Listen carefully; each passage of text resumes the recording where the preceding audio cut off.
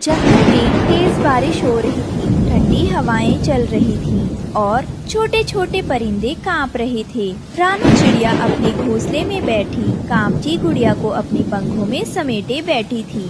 हे भगवान, न कुछ खाने को है न घोंसला बचा। ये बारिश कब रुकेगी? गुड़िया की तबीयत भी खराब लग रही है। अम्मा, बहुत ठंड लग रही है, कुछ खाने को है क्या?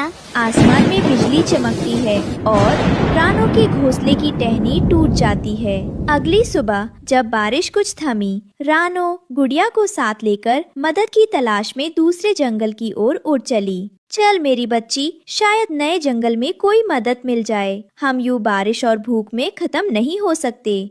माँ बेटी कई पेड़ों के ऊपर से गुजरी। कहीं पानी भर गया था, कहीं डालियाँ टूटी थी, हर जगह वीरानी थी। अचानक एक मोड़ पर एक ऊंचे टीले के पास गुड़िया की नजर कुछ खास चीज पर पड़ी। छत भी है, खिड़की भी और धुआं भी निकल रहा है। शायद कोई अंदर रहता है। क्या सच में? ओ भगवान, तूने हमारी पुकार सुन ली। चल गुड़िया, देखती हूँ क्या कोई दिलवाला उस घर में रहता है। एक नए जंगल में पहुंचकर उन्हें एक लकड़ी का छोटा सा घर दिखा। वहीं पास में लाल रंग का तोता पेड़ से नीचे उतरता है। अरे कौन है आप लोग? बारिश में इस हाल में कहाँ से आ रहे हो? मैं रानू चिड़िया हूँ और ये मेरी बेटी गुड़िया है। हमारा घोंसला तेज बारिश में टूट गया, खाना भी नहीं बचा। बहुत दूर से आए हैं, क्या हम कुछ देर यहाँ रुक सकते हैं? आप दोनों माँ बेटी मेरे घर में रह सकते हैं, लेकिन यहाँ खाने को सिर्फ कटहल ही है। अम्मा बहुत अच्छे पकौड़े बनाती है, हम तंग नहीं करेंगे, बस थोड़ा सा बैठने की जगह चाहिए। लाल तोते ने एक पल के लिए माँ बेटी को देखा, फिर मुस्कराया और तुरंत दरवाजा खोल दिया। अरे नहीं नहीं, तुम क्यों करोगे? ये जंगल सबका है और ये घर भी। भीग गए हो ना? अंदर आओ, आग जल रही है, थोड़ा आराम कर लो। हाँ, खाना कुछ खास नहीं है, बस कटहल ही कटहल है यहाँ, वही खाते हैं हम। कटहल? अरे वही तो हमारी जान है। कटहल से पकोड़े बना दूं तो तुम उंगलियां चाटते रह जाओगे। अम्मा के पकोड़े पूरे जंगल में मशहूर है। लाल तोते के पास एक पुराना तवा और सूखे लकड़ियाँ थीं। रानू ने थोड़ी सी मदद से कटहल पकोड़े बनाए।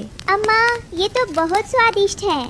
लगता है आप में तो हुनर भरा है। तुम चाहो तो कटहल पकोड़ा जंगल में बेचकर अपना पेट पाल सकती हो। लेकिन ठेला में कहाँ से लाऊंगी? रानो, आप उसकी फिक्र ना करो, ठेला मेरे पास है पुराना। जब कभी मेरे दादा जंगल में सब्जी बेचा करते थे, तब से वो पुराने पेड़ के पास रखा है। मैं तुम्हें अभी वो लाकर देता हूँ। जल्द ही ठेले पे एक चूल्हा सजा, कढ़ाई रखी और पकौड़ों की खुशबू हवा में फैलने लगी। पक्षियों के बच्चे, तोते, बुलबुल, कबूतर सब लाइन में लग गए। हर कोई कह रहा था, रानो मौसी के पकौड़े जंगल के सबसे लजीज पकौड़े। लेकिन वहीं पास में दो परिंदे फिर से जल रहे थे। लेकिन पास के पेड़ पे कालू कौवा और गोरी कौवी ने ये सब देख लिया।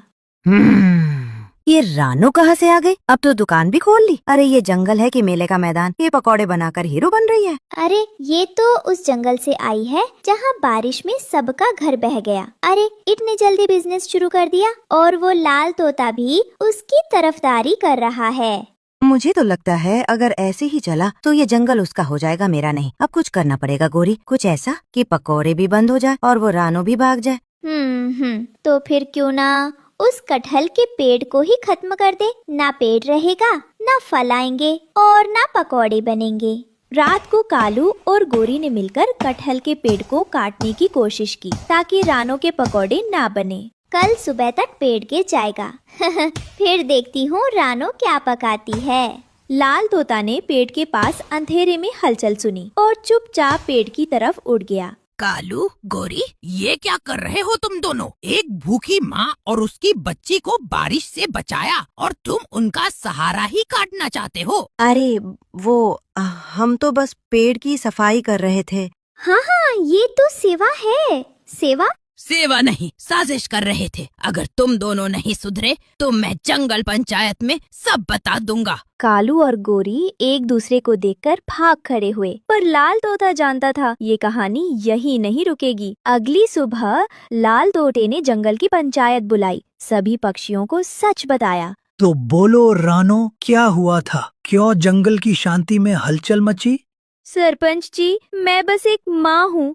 बारिश में मेरा घोंसला बह गया, खाना नहीं था। मेरी गुड़िया ठंड से कांप रही थी, भूख से रो रही थी। मैंने कटहल के कुछ टुकड़े देखे और वहीं चूल्हा बनाकर पकौड़े बना डाले। कोई दुकान खोलने का इरादा नहीं था, बस मेरी बच्ची को जिंदा रखना चाहती थी। रानो की आंखों से आंसू बहने लगते हैं। सभा में सन्नाटा छा जाता है। अगर मेरी मेहनत से किसी को तकलीफ हुई हो या किसी को बुरा लगा हो तो मैं माफी चाहती हूँ, पर यकीन मानिए मैंने सिर्फ जीने की कोशिश की थी। सभा में कुछ चिड़िया आपस में फुसफुसाने लगती हैं। बेचारी रानो, कितना सहा होगा इसने। इतनी ठंड में बच्ची को बचाने के लिए क्या क्या किया होगा। मैंने खुद देखा है कालू और गोरी को कटहल का पेड़ काटने की कोशिश करते हुए। रानो को नहीं, इस जंगल की शांति को असली खतरा ये दोनों है। हमसे बस गलती हो गई थी, माफ कर दो। हम तो बस खेल रहे थे, पेड़ काटने का कोई इरादा नहीं था। जंगल का न्याय भावनाओं से नहीं, सच और कर्म से होता है। रानो ने अपनी मेहनत से सिर्फ अपने परिवार को नहीं, जंगल के बच्चों को भी खुशी दी है। वो दोषी नहीं है, बल्कि प्रेरणा है। और तुम दोनों, कालू और गोरी, अपनी ईर्ष्या में इतने अंधे हो गए कि एक माँ की रसोई को खत्म करना चाहा। ये जंगल की इन्हें सजा दो, सजा दो।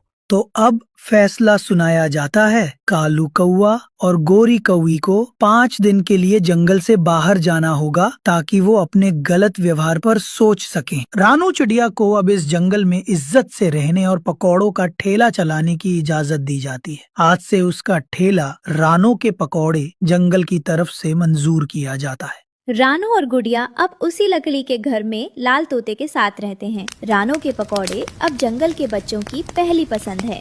अम्मा, अब हमें डर नहीं लगता। क्योंकि जहाँ प्यार और मेहनत हो वहाँ हर मुश्किल आसान हो जाती है। इस कहानी से हमें सीख मिलती है कि मुसीबतों में भी अगर हम मेहनत और प्यार से आगे बढ़े तो हर जंगल में हमारे लिए एक कटहल का पेड़ जरूर